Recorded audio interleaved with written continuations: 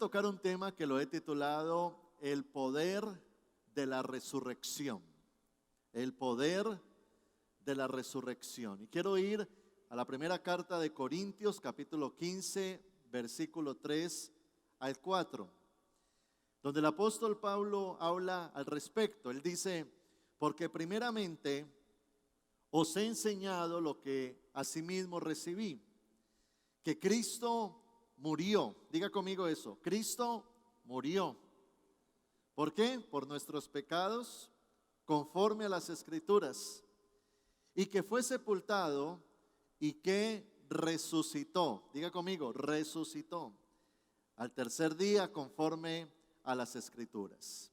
Creo que esta porción bíblica muestra las dos grandes cosas por las que vino Jesucristo a esta tierra: a morir por nuestros pecados. Fue un acto sacrificial, y uno se sacrifica por lo que vale la pena. Y esto me enseña de que para Dios nosotros valemos la pena. Para Dios nosotros somos valiosos y somos importantes. Pero no solo murió llevando nuestros pecados y nuestras maldiciones en la cruz del Calvario, sino que resucitó. Y cuando Cristo resucita, Él está mostrándole al mundo su deidad. Es decir, que cuando Él estuvo siendo un bebé, nació, creció como niño, adolescente, como joven, luego inició su ministerio a los 30 años, muchos dudaban de Él porque lo veían como un ser humano común y corriente.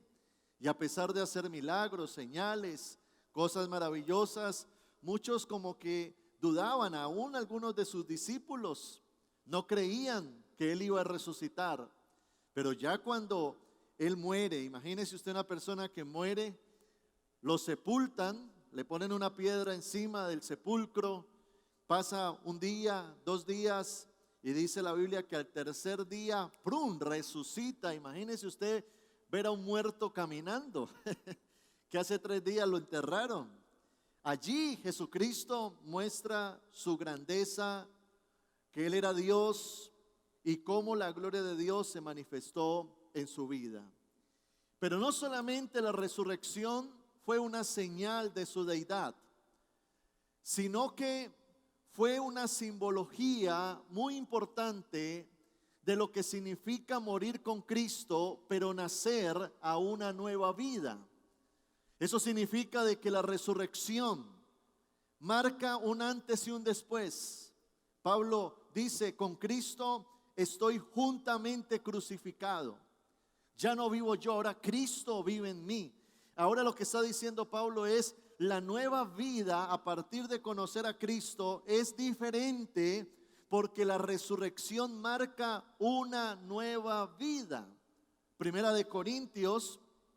El libro de Romanos, capítulo 6, versículo 4, Pablo lo expresa de esta forma: porque somos sepultados juntamente con Él para muerte. Mire lo que pasa en el momento en que Cristo muere. Con Él van nuestros pecados.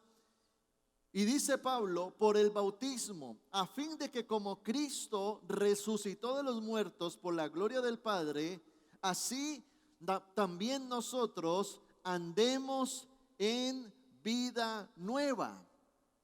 Entonces lo que el texto me está mostrando es que el bautismo en agua es una simbología de lo que significa la muerte y resurrección.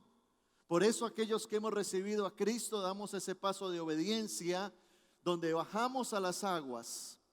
Y al ser sumergido en la agua, estoy diciendo: así como Cristo murió y fue sepultado, mi viejo hombre, mi antigua naturaleza, muere juntamente con Él. Y de igual forma que como salgo de las aguas, asimismo Cristo resucitó de entre los muertos, así yo salgo a tener una vida nueva en Cristo Jesús. Diga conmigo: vida nueva.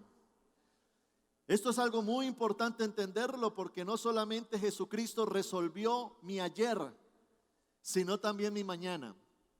Una persona que dice ser cristiana, pero su vida es igual a la del viejo hombre, realmente no ha vivido lo que significa la muerte y resurrección de Cristo. Por eso la Biblia habla de un nuevo nacimiento. La Biblia habla de que somos una nueva criatura. Y por eso Pablo le da tanto énfasis a la resurrección. Filipenses capítulo 3, versículo 10, dice Pablo, a fin de conocerle y el poder de su resurrección. El poder de su resurrección. No solamente esto puede quedarse en los anales de la historia, en una película que vemos en Semana Santa. La resurrección de Cristo debe de marcar una nueva era en mi vida. Porque a partir de recibir a Cristo en mi corazón, así como Él resucitó de entre los muertos, Dios nos llama a dejar atrás el viejo hombre y ahora tener una vida nueva conforme al diseño de Dios. Eso es lo que la Biblia le llama el nuevo nacimiento, una nueva manera de vivir. Ahora bien, ¿qué significa el tener un nuevo nacimiento? ¿Qué significa una nueva vida según la resurrección de Cristo? Y se lo quiero explicar bíblicamente de tres formas. En primer lugar, es entender los tiempos proféticos. Es decir, de que una persona que acepta a Cristo en su corazón, que recibe el perdón de pecados, que ya la culpa, la condenación quedó atrás, porque ya Cristo se me reveló a mi vida como aquel que perdona totalmente mi pasado, mi pecado, mis maldiciones. Ahora Dios me entra a vivir un tiempo que me resta en esta tierra. Pero Dios me abre los ojos espirituales para yo poder comprender los tiempos proféticos que estamos viviendo hoy. En el Antiguo Testamento se habla de una tribu llamada la tribu de Isaacar, que eran entendidos en los tiempos. Y qué importante es entender que usted y yo nacimos en una época, vamos a morir en una época, y Dios nos ha permitido vivir en este tiempo, pero necesitamos entender el tiempo profético en el que estamos usted y yo hoy. David vivió en su época, Moisés, Abraham, los apóstoles, Pablo, Juan, Esteban, Martín Lutero vivió en su época. Ahora usted y yo estamos juntos viviendo en una época donde están aconteciendo cosas que nunca antes en la historia de la humanidad habían ocurrido. Mire todo lo que está ocurriendo a causa de esta pandemia, la cantidad de muertos, el caos mundial. Mire todo lo que se está hablando en cuanto a la globalización, en cuanto al avance de la ciencia, de la tecnología. Mire todos los desastres naturales que vemos suceder. Terminamos el año pasado y hubo un huracán que casi arrasa con San Andrés y Providencia. Estamos viviendo una ola invernal que cuando devolvemos la historia vemos cosas que no han pasado hasta hoy. Todo lo relacionado al calentamiento global, todo lo relacionado también a la inmoralidad, a la perversión, al auge del pecado, de la maldad. Hoy en día ya no es raro prender la televisión en un horario familiar, encontrar un programa o una serie donde hay lesbianismo, homosexualismo, inmoralidad sexual. Ahora se está promocionando una nueva novela en un canal de televisión donde la protagonista es un transexual. ¿Cuándo antes en la historia se había visto algo así? Una sociedad que a lo malo le llama bueno. Y pareciera ser de que entonces Satanás está en su mayor auge de maldad. Se promueve la ideología de género. Se promueve una mentalidad izquierdista, comunista, marxista. como una serpiente que se mueve en toda Latinoamérica queriendo opacar a la iglesia, al pueblo de Dios. Entonces vemos que esto es una evidencia de lo descrito en Mateo capítulo 24, Marcos capítulo 13, el libro de Apocalipsis, el libro de Daniel. El apóstol Pablo en algunas de sus cartas hablando de que vendrán tiempos peligrosos y cómo al situarnos en la palabra de Dios, Dios nos abre nuestros ojos espirituales para comprender y no ignorar los tiempos proféticos que estamos viviendo usted y yo. Ahora bien, no significa de que Satanás está cogiendo el control de las cosas. No significa de que Satanás está mermando el poder de Dios y está adueñándose de todas las cosas. No, porque cuando leemos la palabra de Dios es cierto de que el mundo va a empeorar. La Biblia dice que cuando Cristo venga viviremos tiempos como en los tiempos de Noé y la maldad aumentará. Pero también cuando leemos Mateo capítulo 13 se entienden muchas cosas referente a estos tiempos. Porque no solamente el final de los tiempos consiste en que la maldad aumente y Satanás tome el control, sino que Satanás sabe que su tiempo se le agota. Él está en su mayor auge de maldad, queriendo destruir a la raza humana, pero también dice la Biblia que en medio de la maldad crecerá el reino de Dios. Y que el evangelio de Dios va a ser predicado en todas las naciones de la tierra. Entonces, al igual que vemos cómo la maldad aumenta, también estamos viendo el crecimiento sin precedente del reino de Dios aquí en la tierra. La cantidad de gente que está llegando a los pies de Cristo, los milagros sobrenaturales que están sucediendo. Por eso Jesucristo habló en Mateo capítulo 13 acerca de las señales y de lo que pasará al final del tiempo. Él dio una parábola que la llamó la parábola de la cizaña. Quiero leerle Mateo capítulo 13 versículo 24. Dice la Biblia, les refirió otra parábola diciendo: el reino de los cielos es semejante a un hombre que sembró una buena semilla en su campo. Pero mientras dormían los hombres, vino su enemigo y sembró cizaña entre el trigo y se fue. Y cuando salió la hierba y dio fruto, entonces apareció también la cizaña. Déjeme explicárselo. Jesucristo está haciendo una comparación con un campo. Y Él dice, yo vine y sembré la buena semilla, hablando del plan original. Pero vino el enemigo y sembró la cizaña. La cizaña tiene que ver con las personas malas, la maldad de aquellos que promulgan el pecado. Entonces Él dice que tanto el fruto bueno como la cizaña van a crecer. Entonces habla de un crecimiento de la maldad, pero también de un crecimiento del reino de Dios. Así como es de inminente el crecimiento de la maldad, así como está creciendo el pecado, dice la Biblia que sobreabundará la gracia y el reino de Dios comienza a correr. Entonces vemos dos corrientes, un tren que va en picada porque cada vez va a la destrucción, maldad, inmoralidad, perversión, pecado.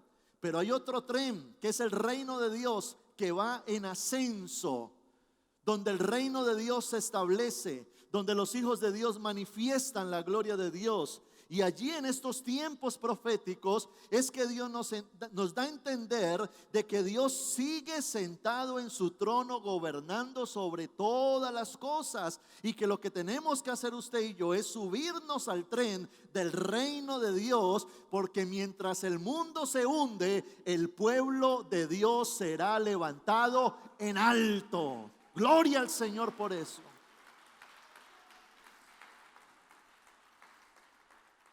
Y en el versículo 30, Mateo 13:30, Jesús dijo, dejad crecer juntamente lo uno y lo otro hasta la siega.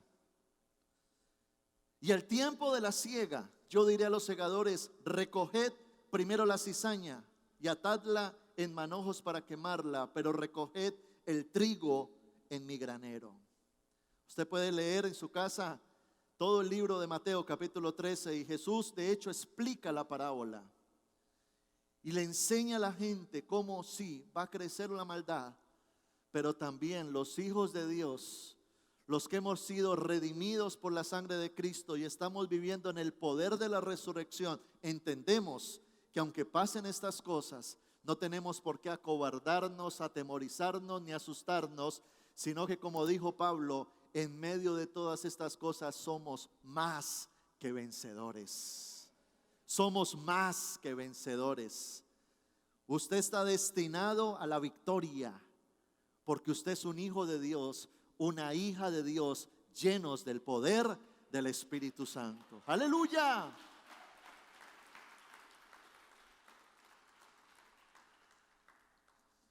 ¿Qué es una vida nueva? En segundo lugar, es tener una vida de reino. Diga conmigo eso, vida de reino. Cuando Jesucristo resucitó,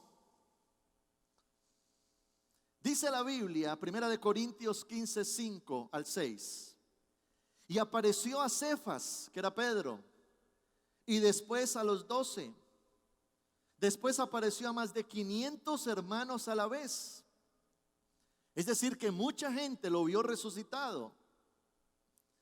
Pero cuando aparece Jesús resucitado, a pesar de que Él se muestra con las marcas de la cruz, ya no viene hablando de la cruz. Si usted percibe en los evangelios, Él profetiza, iré a la cruz, voy a resucitar al tercer día. Pero cuando Él ya se levanta resucitado, ahora le habla a los discípulos de la vida nueva a la cual ellos entrarían. Y esa vida es la vida del evangelio del reino de Dios. Por eso en Hechos capítulo 1, Dios les dice, esperen la promesa del Padre. Y ellos comienzan a orar, a clamar. Y en Hechos capítulo 2 dice que vino un derramamiento espiritual sin precedente.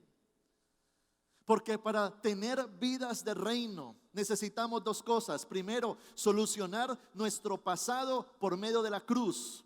Pero ahora ser llenos de la gloria del Espíritu Santo para que Él nos lleve a tener esa vida de reino que nos prometió. Una cosa es resolver el pasado. Otra cosa es enfrentar el futuro. Pero Dios sabía que en nuestras fuerzas no íbamos a poder. Entonces envió al Consolador, envió al Espíritu Santo. Y dice la Biblia que vino de repente el Espíritu de Dios y los llenó. Y comenzaron a hablar en otras lenguas. Es decir, se activaron los dones espirituales. Y dice que como fuego cayó sobre ellos la presencia del Espíritu de Dios. Y vino gozo, vino alegría, parecían ebrios. Dios tratándoles de decir, ustedes no necesitan nada del mundo para estar felices, para estar gozosos. Yo vengo a llenarlo todo en ustedes y recibirán poder cuando venga el Espíritu de Dios sobre sus vidas. Eso significa de que Él nos ha entregado a su Espíritu Santo para caminar en victoria. Quítese la idea errónea de que usted va a alcanzar los sueños de Dios solo.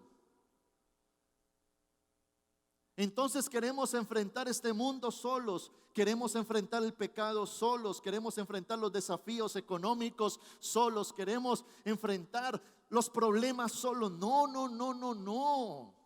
Jesucristo dijo, yo voy a ir al cielo, pero les voy a enviar al Espíritu de Dios. Y el Espíritu Santo entonces les va a llevar a caminar en victoria. Ya no van a estar gobernados por el temor, porque el amor de Dios echará fuera el temor. Ya no estarán gobernados por el pecado, porque el pecado no se enseñoreará de ustedes. Voy a desarrollar en ustedes un dominio propio. Voy a desarrollar en ustedes el fruto del Espíritu Santo. Y los voy a introducir a un pacto de gracia. Wow. Y un pacto de gracia significa que Dios, a pesar de nuestras debilidades, conociéndonos, que habitamos aún en un cuerpo caído, con carne, con concupiscencia, Dios en medio de su amor y de su gracia nos acepta, nos abraza y somos merecedores hoy, no por nuestra perfección o impecabilidad, somos aceptos delante de Dios por la obra de la cruz del Calvario y porque Dios ve tu corazón y porque Dios conoce las intenciones de tu vida y Dios está para fortalecernos, para guardarnos, para protegernos. Dice la Biblia, y 7 veces cae el justo, pero Dios lo levanta y Dios lo anima y Dios le extiende su mano. ¿Para qué? Para que tú alcances la imagen de Cristo en ti y puedas caminar en victoria en el nombre de Jesús.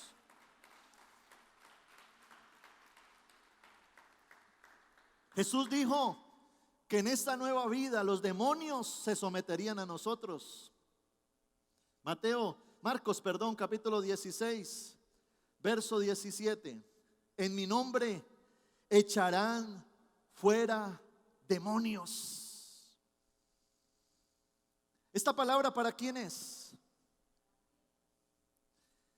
Volvámosla a poner. Marcos 16, 17. En mi nombre echarán fuera demonios. ¿Sabe que el diablo es real? Por supuesto. Hay posesiones demoníacas, maldiciones, ataduras, maldiciones generacionales. El diablo oprime, el diablo enferma, el diablo destruye. Pero Dios te dice, en esta nueva vida, Satanás está debajo de la planta de tus pies.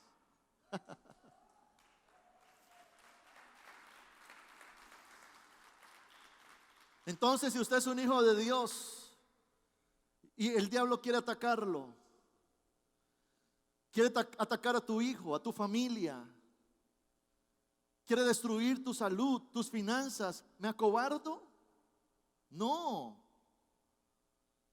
Si Dios está conmigo, ¿quién contra mí? Por supuesto, se necesita que Dios esté contigo, que estés viviendo esa vida de reino y que tengas a Dios como rey. Y dice la Biblia que pasarían milagros, señales, prodigios. Marcos 16, verso 18, dice la palabra, tomarán en las manos serpientes, tomarán, hablando de un futuro, luego de la cruz.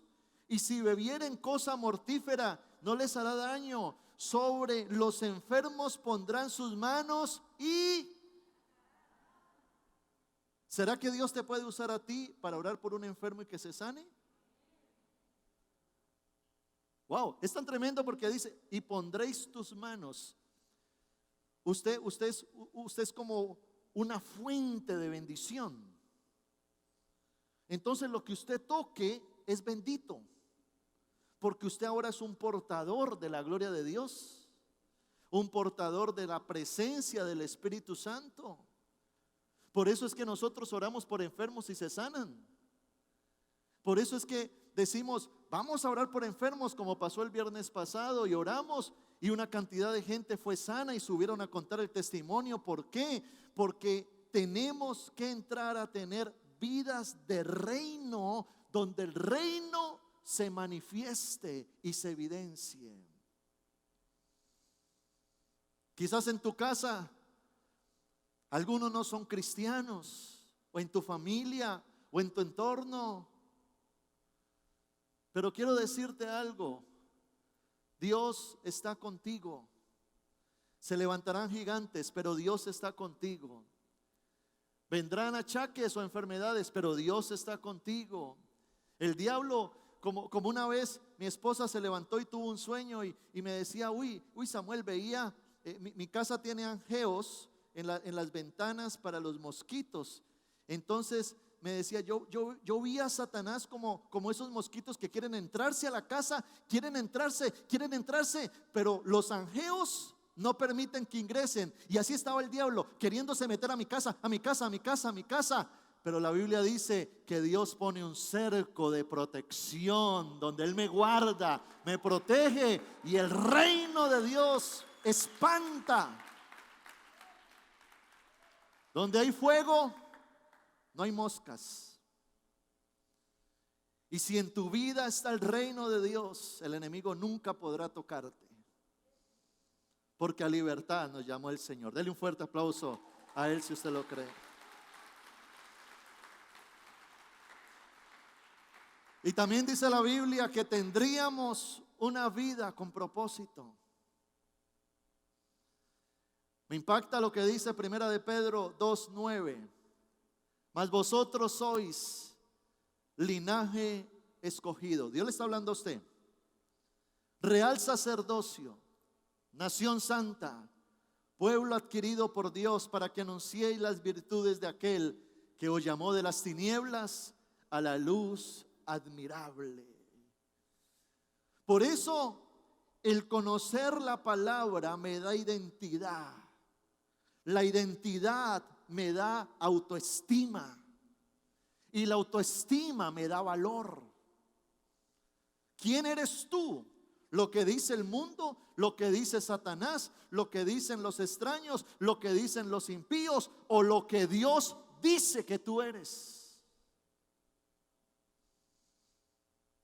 Somos hijos de Dios. Somos un real sacerdocio. Tenemos un ADN de Cristo y caminamos en victoria, porque Dios está conmigo y me llevará adelante. Y lo tercero, que es tener una vida nueva, es tener la seguridad de la salvación y la vida eterna. Cuando Jesucristo resucita, hubo un momento donde Jesús se despidió de los discípulos y comenzó a levantarse, así como levitando, y comenzó a irse. Esa es una manera en que Pablo más adelante dice que sucederá el rapto. Así como fue levantado Cristo, aquellos que aún estén en vida, cuando Cristo venga, la iglesia será levantada, la iglesia. Y Jesucristo les dejó un mensaje a ellos, porque ellos estaban tristes al ver cómo Jesús se iba. Pero Jesús les dice: hey, yo me voy a preparar lugar para vosotros. Qué bonito es entender que hay una realidad después de la muerte. El apóstol Pablo en 1 Corintios 15:12 escribe: pero si se predica de Cristo que resucitó de los muertos, ¿cómo dicen algunos entre vosotros que no hay resurrección de muertos? Porque si no hay resurrección de muertos, tampoco Cristo resucitó. Esta palabra es muy confrontante, porque ¿cuánta gente no cree que Cristo resucitó? Pero ellos dudan de que van a resucitar también. Claro, hay vida después de la muerte. Jesucristo dijo: yo soy la resurrección y la vida. Usted sabe que el ciclo normal del ser humano es nacer, crecer, reproducirse y morir. Pero aparece Jesús y abre la mente de las personas y les dice: para los que se pierden hay una segunda muerte. Esa es la segunda muerte que habla Apocalipsis. Pero aquellos que mueren en Cristo, dice la Biblia, resucitarán primero y pasarán a una eternidad con Dios, donde Dios va a crear un cielo nuevo, una tierra nueva. Viviremos con Él por una eternidad. Hace un tiempo le regalé a mi hijo mayor, él tiene 7 añitos, una Biblia para niños. Y la Biblia está llena de ilustraciones, de dibujos y de versículos. Entonces, muy juiciosito, se la leyó toda. Entonces viene y me dijo: papá, ya me la leí toda. Y yo le dije: ¿y qué te gustó de leer la Biblia? Me dijo: la última parte. Y le dije: muéstrame. Y resulta que en la última parte de la Biblia habla de una tierra nueva y un cielo nuevo. Entonces pone a los seres humanos como en un campo, en algo precioso, en algo hermoso. Y él dice, lo que más me gustó de la Biblia es esta parte. ¿Y sabes algo?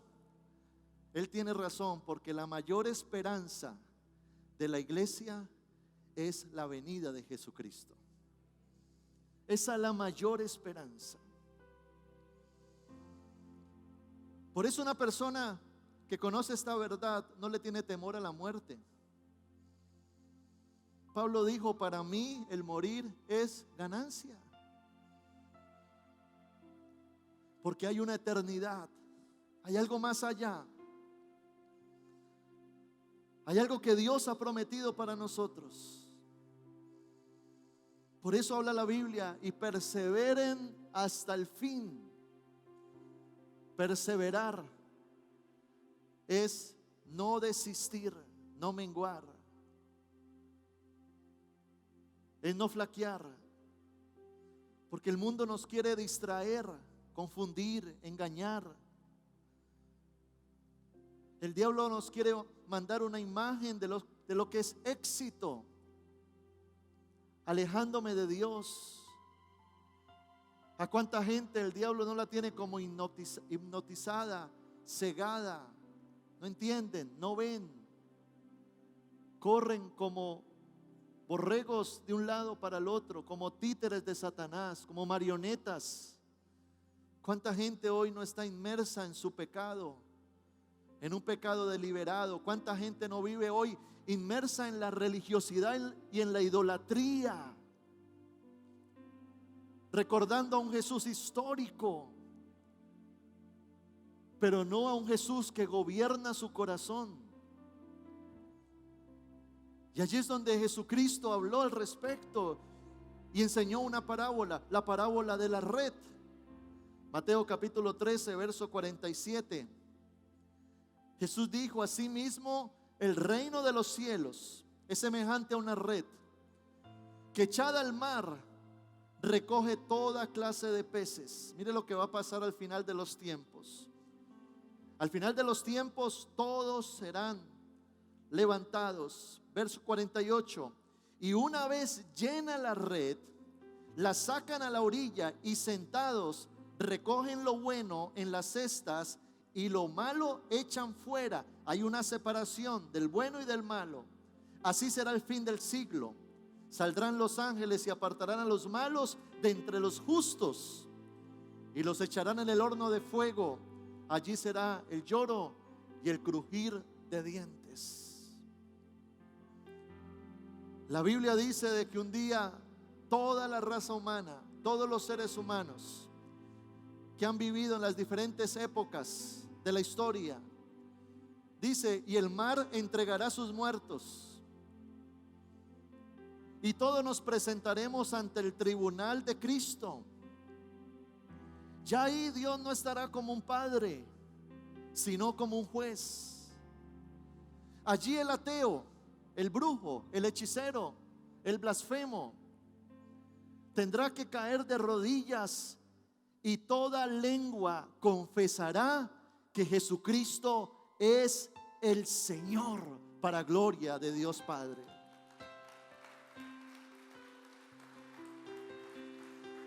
Y dice la Biblia que allí será el lloro y el crujir de dientes, porque hasta allí la gracia cesó.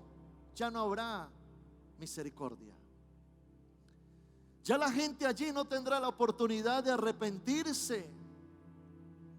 Pero qué triste será aquel que recuerde ese momento cuando fue invitado a una iglesia y lo rechazó, o aquella persona que dijo, yo fui y me senté y nunca recibí a Cristo.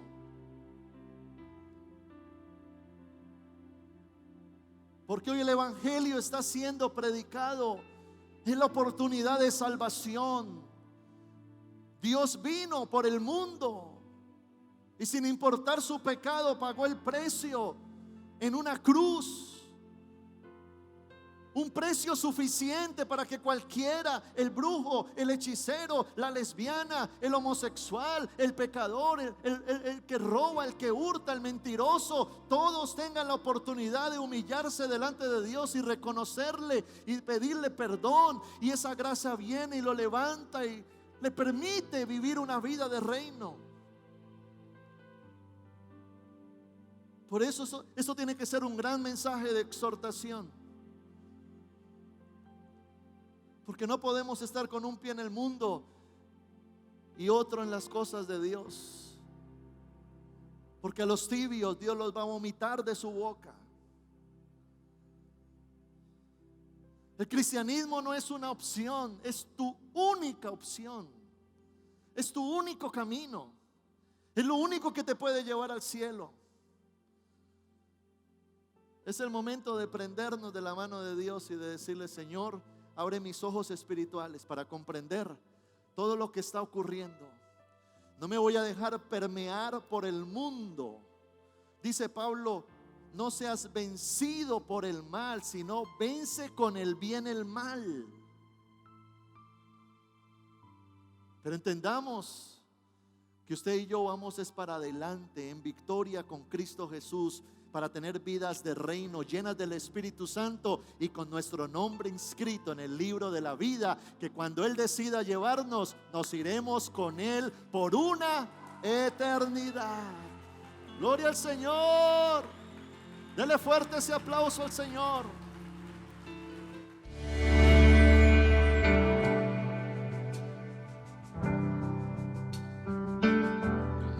Hola, soy el pastor Samuel Díaz y me alegra grandemente que hayas recibido esta palabra de edificación para tu vida. Si quieres continuar recibiendo estas predicaciones, puedes suscribirte a nuestro canal en YouTube. Allí dale la campanita para notificaciones, así te vamos a anunciar nuevas enseñanzas que van a edificar muchísimo tu vida. Y síguenos en nuestra página web www.samueldiaz.com.co. Dios te bendiga.